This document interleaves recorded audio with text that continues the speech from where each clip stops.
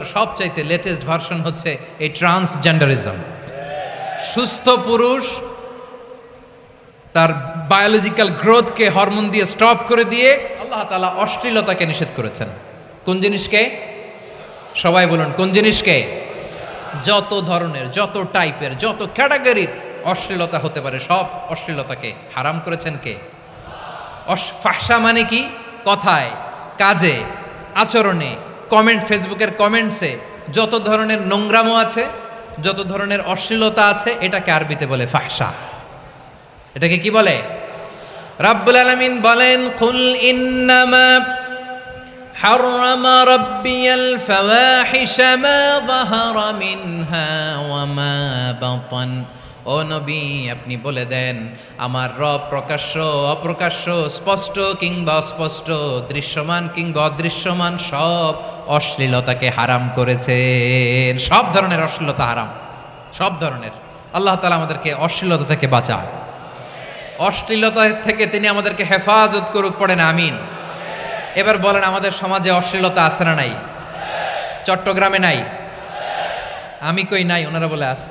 দেখছেন, আমি সামহাও বাঁচায় দেওয়ার ট্রাই করতেছি, আমি সামহাও বাঁচায় দেওয়ার ট্রাই করতেছি, ওনারা বলে আছে। অশ্লীলতা নানা ভাবে, নানা নামে, নানা মোড়কে আমাদের সমাজে আছে না নাই? সংস্কৃতির নামে, ফ্যাশনের নামে, বিনোদনের নামে, উপন্যাসের নামে, কনসার্টের নামে অশ্লীলতা আছে না নাই? আপনি দেখেছেন কনসার্টগুলোর অবস্থা? এই যে আতিফ আসলাম যে আসছে আমাদের দেশে, তারপর কে কে আসছে, আমাদের তরুণ তরুণীরা, আমাদের যুবক যুবতীরা, আমাদের জেনজিরা, কি অবস্থা ওইখানে? হ্যাঁ, কি অবস্থা? কে বাঁচাবে ওদের? কে রক্ষা করবে ওদের ইমানের, ওদের চরিত্রের হেফাজতের গ্যারান্টি কে দিবে? কনসার্টের নামে অশ্লীলতা আছে না নাই? ছেলে মেয়ে একে অপরকে জড়ায় ধরতেছে, একে অপরকে চুমু খাচ্ছে, প্রকাশ্যে, দিবালোকে, গণমানুষের সামনে। আল্লাহ তাআলা এই অশ্লীলতা থেকে আমাদেরকে বেঁচে থাকতে বলেছেন, বেঁচে থাকতে বলেছেন। রূপালী জগতের নামে অশ্লীলতা আছে না নাই? এই টার্মটা আপনারা জানেন না? রূপালী জগৎ কি জগৎ? আসলে কি রূপালী জগৎ না অন্ধকার জগৎ? আমার বোনেরা, আপনাদেরকে যে কি বলে তারা বুঝায়, রূপালী জগৎ শুনেই আপনি ভরকে যাবেন না। রূপালী জগতে যে নারী যত বেশি উলঙ্গ, সে নাকি তত বেশি সাহসী। জানেন, বলে এটা একটা সাহসী নারী, খুব সাহসী পদক্ষেপ তার। যত বেশি শরীর থেকে কাপড় নামাতে পারবে, যত বেশি বস্ত্রহীন হয়ে নিজেকে প্রেজেন্ট করতে পারবে, সে নাকি তত বেশি সাহসী। আমার চট্টলার ভাইয়েরা, শয়তানের প্রথম এজেন্ডা ছিল বনি আদমকে বস্ত্রহীন করা। সে আদম এবং হাওয়া আলাইহিস সালামকে নিষিদ্ধ গাছের ফল খাইয়ে তাদেরকে বস্ত্রহীন করেছে। এই জামিনেও সে আমাদেরকে বস্ত্রহীন করতে চাইবে। এই রূপালী জগতের নামে তারা এটা করে। আমার প্রিয় বোনেরা, আপনি জানেন না আপনার দাম কত। ওরা আপনাদেরকে বিজ্ঞাপনের সস্তা পণ্য বানাতে চায়। ওরা আপনাদেরকে ওদের ভোগের লিপসার টুলস বানাতে চায়। ওরা আপনাদেরকে দিয়ে ওদের খায়েশ পূরণ করতে চায়। এটা আপনাদের জন্য মোটেও ডিগনিটি নয়, এটা আপনাদের জন্য সম্মান নয়। আপনার সম্মান শালীনতায়, আপনার সম্মান হেজাবে, আপনার সম্মান ভদ্রতায়, আপনার সম্মান আপনার ডিসেন্ট পোশাকে।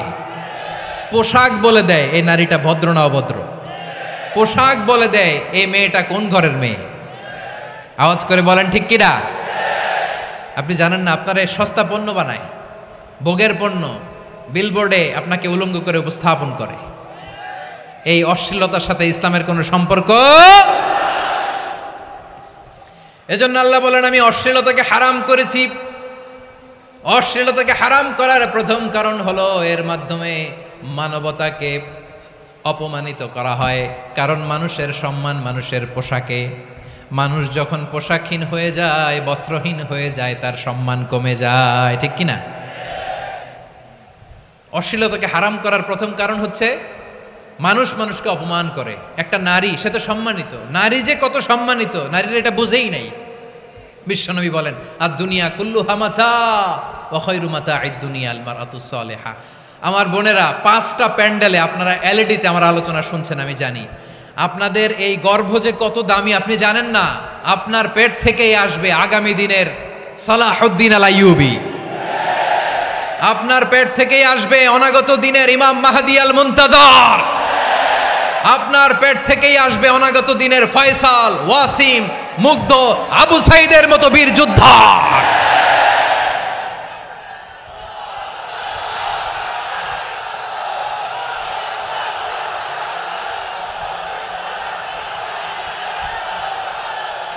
আমার প্রিয় বোনেরা, আমার প্রিয় বোনেরা, বিশ্বনবীর কথার ওজন খেয়াল করেন। আর দুনিয়া কুল্লুহা মাতা ওয়া খায়রু মাতা'আদ দুনিয়া আল মারআতুস সালিহা।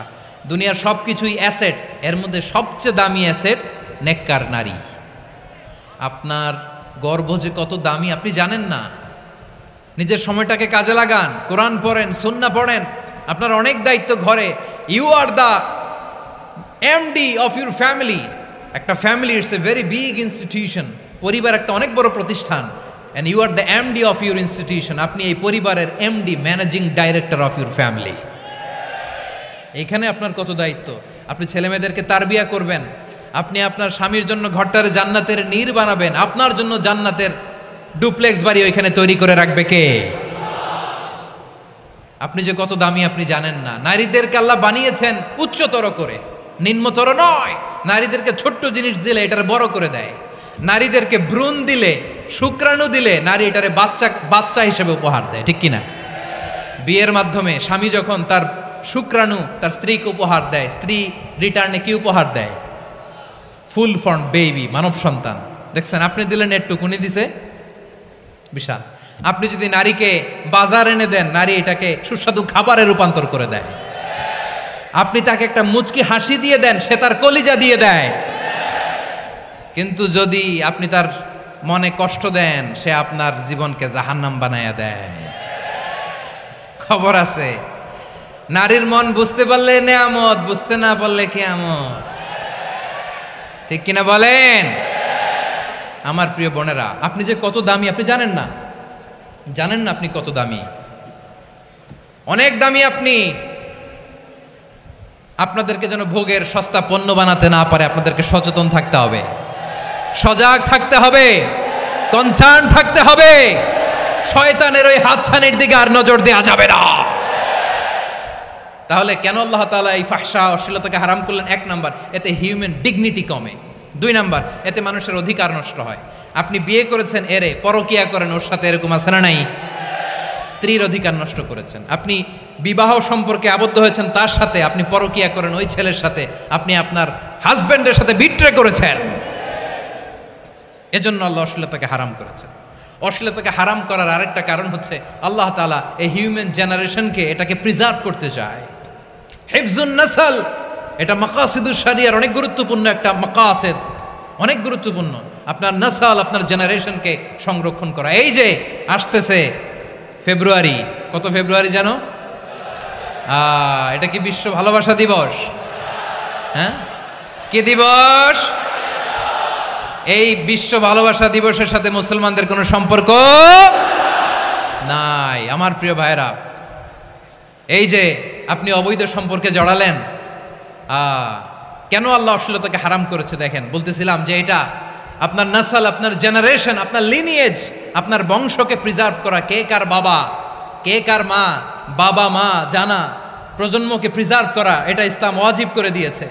এই যে অবৈধ সম্পর্কের কারণে, বিশ্ব বেহায়া দিবসের কারণে, এগুলোর আউটকাম, আউটপুট হিসেবে মাঝে মাঝে এই ঢাকা মেডিকেলের ডাস্টবিনে নবজাতকের বাচ্চার কান্নার আওয়াজ শুনতে পাওয়া যায়।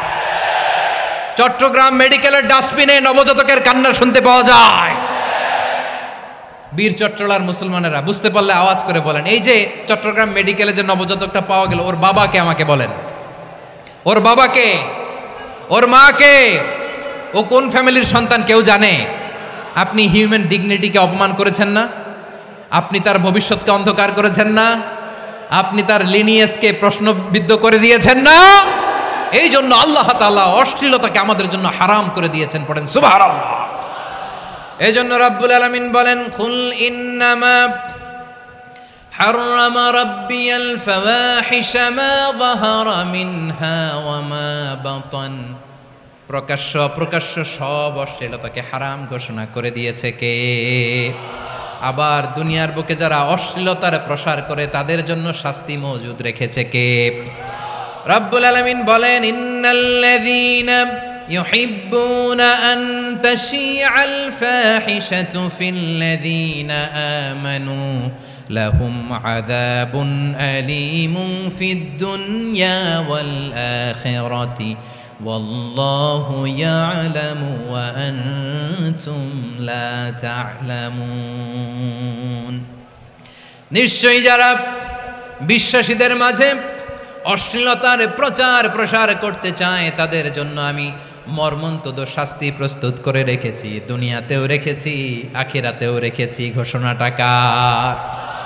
যারা এই নাটকের নামে, সিনেমার নামে, রূপালী জগতের নামে, মুভির নামে, ওটিটি প্ল্যাটফর্মের নামে আমার সমাজে অশ্লীলতা ছড়াতে চায় তাদের জন্য কঠিন মর্মন্তুদ শাস্তি মজুদ রেখে দিয়েছে কে?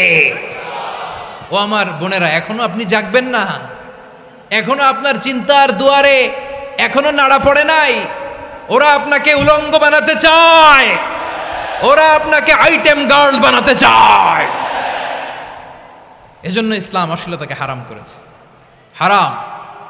ইসলাম বলেছে যোজন যোজন দূরে থাকো, ওরা বলে না কাছে আসো, কাছে আসার গল্প, ক্লোজ আপ ওয়ান, কাছে আসার গল্প আছে না নাই? চট্টগ্রামে তো এগুলো নাই মাশাআল্লাহ। হ্যাঁ, এখানেও আছে ক্লোজ আপ ওয়ান, কাছে আসার গল্প। আল্লাহ বলেন ওয়ালা তাকরাবুজ জিনা, কাছেও এসো না, জিনা থেকে যোজন যোজন কিলো দূরে থাকো, ওরা বলে কাছে আসার গল্প। আমার বীর চট্টলার ভাইয়েরা, কাছে আসতে হলে আমরা কোরআনের কাছে আসব, কাছে আসতে হলে নবীর কাছে আসব, কাছে আসার গল্প হবে আমার রবের কাছে আসার গল্প। চিল্লায় বলো ঠিক কিনা?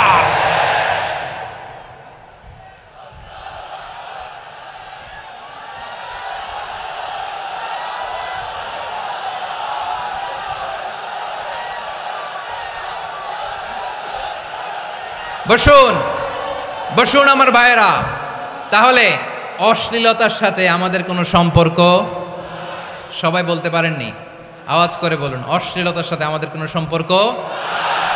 আমরা এই সমস্ত ক্লোজ আপ ওয়ান, কাছে আসার গল্পের প্রোগ্রামে যাব?